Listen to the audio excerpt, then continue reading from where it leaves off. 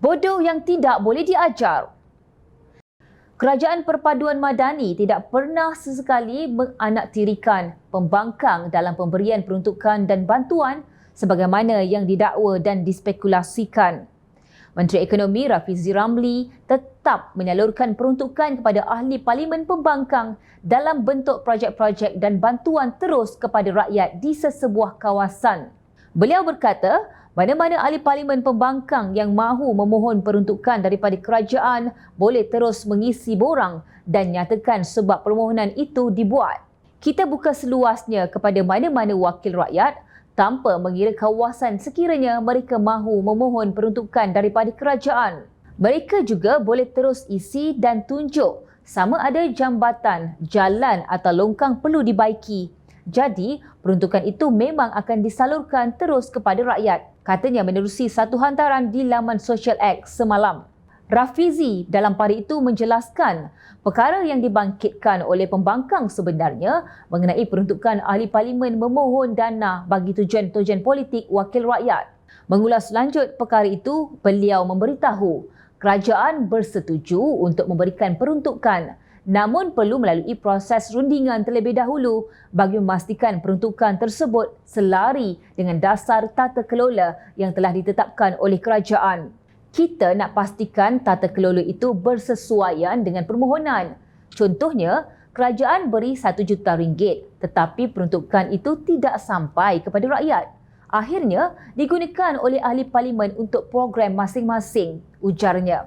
Rafizi juga menjelaskan bahawa kerajaan sudah menghantar surat kepada pembangkang supaya proses rundingan diadakan.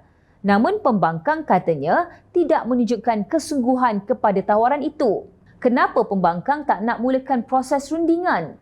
Adakah pembangkang takut dengan syarat-syarat tata kelola yang menghalang mereka daripada berbelanja sesuka hati bagi tujuan politik daripada peruntukan wang rakyat itu? Soalnya lagi.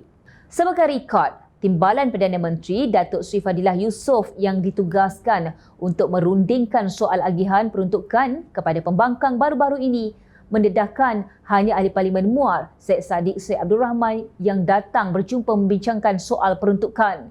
Semalam, ahli parlimen Kuala Kangsar Datuk Iskandar Zulkarnain Abdul Khalid menyatakan untuk menyokong kerajaan perpaduan dengan alasan tidak mahu penduduk di kawasannya terus terpinggir daripada arus kemajuan.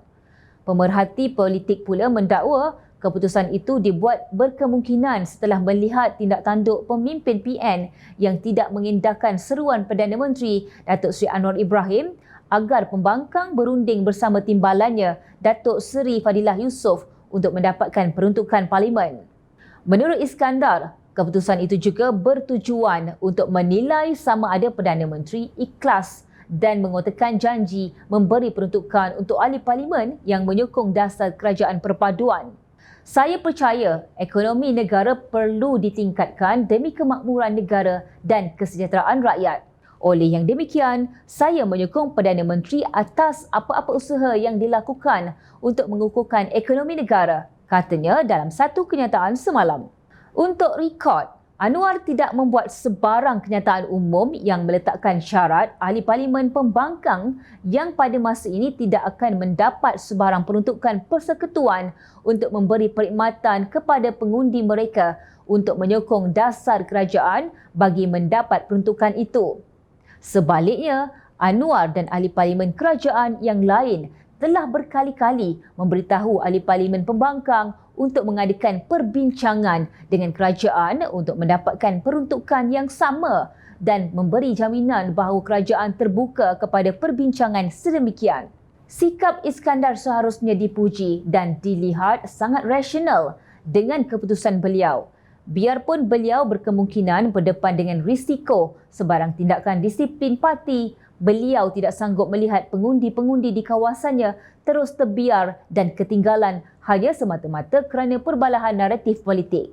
Hinakah pembangkang jika datang berunding dan menyatakan sokongan terhadap dasar yang dibawa kerajaan untuk kebaikan negara dan rakyat? Jangan pula kerajaan dikatakan zalim serta menganaktirikan pembangkang, sedangkan ahli parlimen pembangkang sendiri yang sombong dan berlagak untuk tidak membuat sebarang rundingan. Jatuhkah maruah pembangkang jika merendahkan ego kalian demi rakyat? Mustahil. Dalam memastikan tata kelola yang lebih baik, peruntukan daripada dana rakyat diberikan kepada mana-mana ahli parlimen tanpa sebarang permohonan dan perbincangan. Malaysia bukan guna undang-undang rimba. Kita ada perlembagaan dan kedaulatan undang-undang yang perlu disanjung tinggi. Integriti dan urus tadbir negara yang baik mampu membawa negara ke arah kecemerlangan dan kegemilangan. Tidak akan ke mana perginya bodoh yang tak boleh diajar dan cerdik yang tak boleh ditumpang.